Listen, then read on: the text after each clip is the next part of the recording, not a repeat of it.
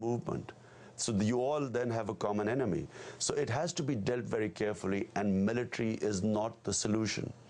Political dialogue is the solution to isolate the terrorists. Most of the 19 who flew those 4 planes were from Saudi Arabia, but Saudi Arabia is a close ally of the United States, also the royal family, very close to the Bush family in the United States. Nawaz Sharif, another opposition leader in Pakistan, was exiled in Saudi Arabia. What is your assessment of Saudi Arabia? Well, you know, here's a Democrat. So when you ask me this question, I would always say that the basic problem with the Muslim world is we don't have democracy. And Saudi Arabia is one of those countries that too doesn't have democracy. And sadly, the reason always given is that, you know, we are not ready for democracy. You know, our people are not ready for democracy. It's like saying our people are not ready for freedom, that they like being slaves. You know, it's just the forces of status quo always have used various excuses to deprive people of their freedom. And the problem with the US is that unfortunately, it always ends up backing military dictators or dictators at the expense of the people, and unnecessarily alienates the people. I mean, when I spoke to the lawmakers, I asked them a simple question. I said, look, why would people in Pakistan, if you have a democratic government in Pakistan and back a democratic government, which comes through free and fair elections, where you do not pick horses, I mean, the US backed Benazir Bhutto. I thought that was absolutely wrong. They should not interfere in the domestic politics, because if they back one party, then everyone else goes against the US. So if a government comes through free and fair elections, why would it not want to work with the US? It's bizarre. I don't understand this. Why would a democratic elected government in Pakistan not want to work with the only superpower in the world? I mean, after all, we have to, if I'm a Democrat, I have to go to the people to get their vote. And if I don't bring them prosperity, they're not going to vote for me. And if I pick a fight with the only superpower, how am I going to help my people? So it's so bizarre that they end up sort of picking one dictator, and this is our man, at the expense of and alienating the people.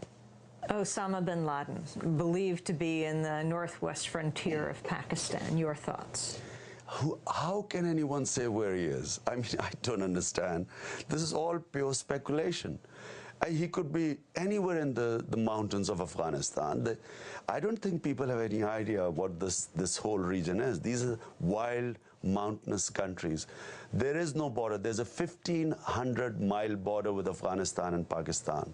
There is no border. There's no checkpost. There are no, you know, people have always crossed from one side to the other. The same Pashtun tribes, half of the tribe would be on one side of the Durand line or the border, half is on the other side. How can anyone say what is going on where? And so this is pure speculation that he's on the Pakistan side of the border. He could easily be on the other side of the border. You're here in the midst of the presidential race. Senator Barack Obama just won in South Carolina. In the debates, he talked about authorizing the U.S. military to carry out unilateral attacks inside Pakistan without the support of the Pakistani government if there was actionable intelligence against al-Qaeda. Well, okay. The U.S. has already conducted attacks inside Pakistan. And I'll give you one example. They attacked this place where they thought some Taliban commander was hiding, a seminary, a madrasa. They ended up killing 83 people in this bomb attack in Bajaur. Out of those 83, 60 were children below the age of 18.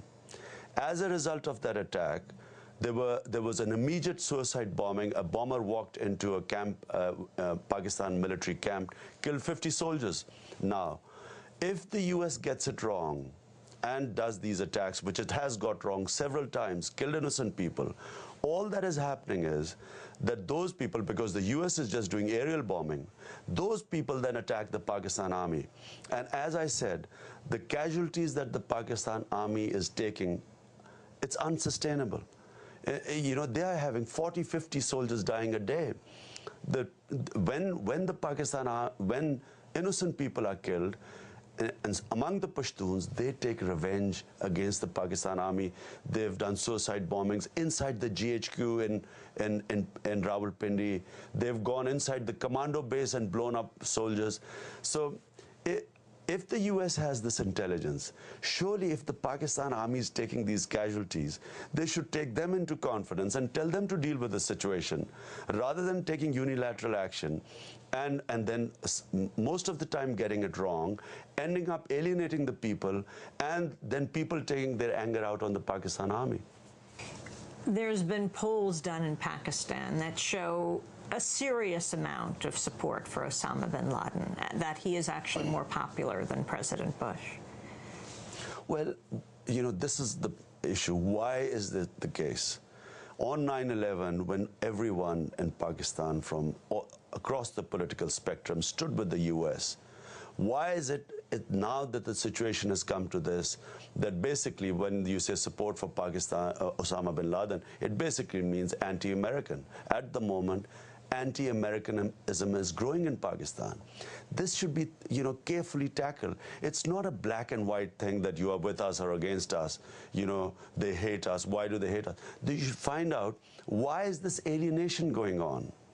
And if all the root causes are explored, one of them would be that the country is backing an unpopular military dictator against the people of Pakistan, against the democratic forces in Pakistan. And all those people who are turning against Musharraf are also turning against the US. I mean, hasn't Pakistan, the ISI, the intelligence services been working closely with the Taliban, shoring them up, building them up in Afghanistan for many years? Well, if you go a little further back, then ISI and CIA were shoring up the Afghan Mujahideen. In fact, they trained the Afghan Mujahideen. The whole of 80s, the people who were being trained in acts of terrorism against the Soviets were the Mujahideen, who most of them later on became Taliban. So the relationship actually goes right back to the 80s, you know, where the CIA also had a relationship with them. Then, of course, when the Soviets left, the Americans basically abandoned Afghanistan, and chaos prevailed, where the warlords took over various parts of the country. And the movement of Taliban was a genuine popular movement started against these warlords. And then, unfortunately, this movement then degenerated into a, you know, what were total Islamic fundamentalists. Have you ever considered a power-sharing agreement with Musharraf? Absolutely not, because that would be negating our democracy. Remember, Pakistan, you know, when we talk about Pakistan's democracy, you should only look at India, because our history is similar to India. We were the same country separated in 1947. And we came in, Pakistan came into being through democracy, through a vote.